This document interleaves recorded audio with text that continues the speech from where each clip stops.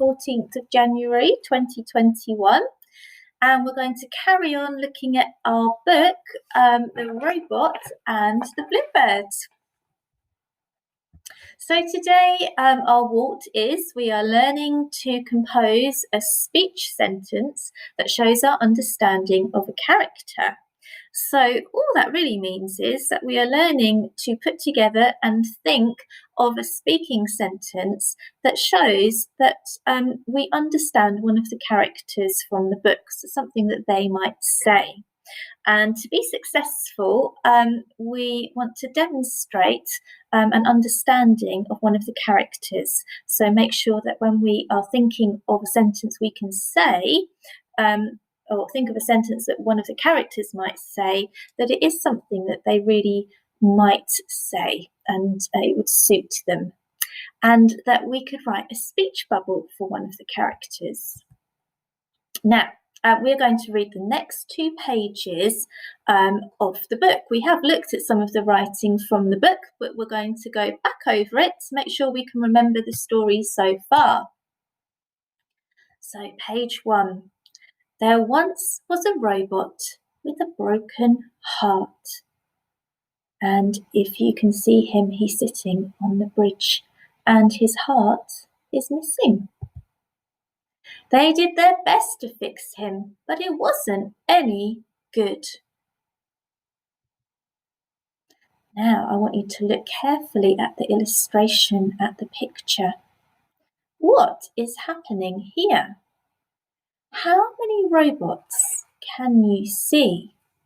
Now you might want to stop and pause this at any time so that you can really spend some time looking carefully at the picture and counting how many robots you can see. Do you notice the robot on the bottom? And he's having his old heart taken away. And I'm going to show you on my book because I know that I am covering up the part where his heart is being taken away. Just here. So this robot is trying to fix him, to help him, but in the end, he's decided that he needs to take his heart away. And this is our main character, the character we saw on page 1, who was sitting on the bridge. Now he's having his heart taken away. Let's find out what happens to him next. What I'd like you to do is, with your grown-up, if you need some help, by yourself if you can, draw a very simple outline of a robot. We're not designing or drawing a whole robot. It's not going to be our art lesson, but a very, very simple shape of a robot, just like the one on my screen. When you've done that, what words can you think of that we could add right around the outside to describe him, thinking about the robot in our story, who we can just see at the bottom of the page on the screen, the one who's had his heart taken out. And also maybe about the other ones around him are also working in the factory. What words can we use to describe the robots?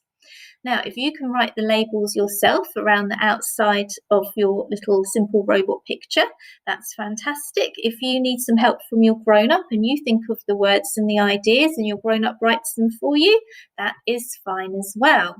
So what words could we describe the robot first who's had his heart taken out? We thought about adjectives yesterday. So how is he feeling? Sad? Broken-hearted? Lonely?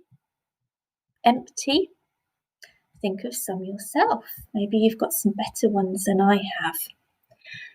Think about robots. What do we already know about them? We've thought about this already this week, so hopefully you'll still have some of that ideas and learning in your head. Maybe you could note some of those ideas around the drawing of your robot. What jobs can they do? Note some of those ideas down as well. And what can robots be programmed to do? We know in Milton Keynes they can be programmed to deliver food to houses, can't they? What else could they do? Maybe you could note those down or get your grown-up to help you. And do you think any of these characters in the story, any of these robots, can feel? Do robots have feelings? Can they speak? What do they think? You could jot down some of those notes as well. Record any thoughts you have, any ideas around the outside of your robot drawing. If you're at home, you can do your robot drawing in your purple book, and at school, we'll do them in our purple school books as well. If you want to pause this now and take 5 minutes to do this activity, then that's fine.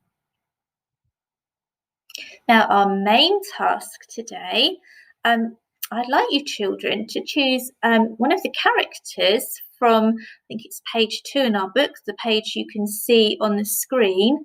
Choose one of the characters, one of the robots that you would like to create a speech bubble for. And remember, a speech bubble is a way that we can show what a character is saying. We can show the words that's coming out of a character's mouth. And I have put some speech bubbles onto 3 of the robots in the picture. Now, you don't have to write a speech bubble for all of them. You can choose the robot that you would like to write a speech bubble for. So if you are at home, children, you're grown up, can draw a nice big speech bubble in your purple book, and then you can decide which robot you are going to make talk. So if you're at home, grown-ups, can you encourage your child to think of a sentence and then say it to you verbally, say it out loud before you begin to write it? So if we say it out loud, then we can make sure that our ideas are nice and clear in our heads and we know what we're going to write before we begin. And we can get our words in the right order. Now, if you can write your speech bubble yourself, that's absolutely fantastic. And you get on and have a go at that and use your phonics sounds to help you. If you would like your grown-up to write your sentence for you underneath and then you write it, that's fine too. If you have a fantastic idea but you need your grown-up to record it for you in the speech bubble, then that's all right as well. We are just really interested to see what great ideas you have for making your robot talk in your speech bubble. Think about what each of the characters might say. Are they all going to have the same feelings, the same ideas, or might they say different things because they are different types of characters? Will the robot lying on the table who's had his heart removed, what will he say? How will he be feeling? He might say something very different to the robot doctor who has been the one who's taken his heart away. What will he say to the robot who's just had his heart removed? And what about the robot in the background who is making all the machinery work? What will he be saying and who's he talking to? He looks like he could be in charge of something important. What words will he say? Have a good chat about what the characters will say before you begin writing. Now, if you would like a challenge after you have written your speech bubble and you want to fly high, then check your writing. Make sure that you have used a capital letter at the beginning, finger spaces, full stops, and make sure that you read your writing again and make sure it makes sense. And check your ideas in your speech bubble. Does your speech bubble for your character match how they would be feeling? So if you've written about the robot with the missing heart, does what you've made him say match how that character would feel and match what he should be saying? Does the character who is making the machinery work and looks a bit bossy, have you made him say words that would match his character? So I'd like you to go back and check that. And if you've done all of those things, then well done. You have been very successful for today. And tomorrow we will do some more work on our book. And remember, our book that we are sharing this week, and we'll share some more tomorrow, is The Robot and the Bluebird. Bye-bye for today.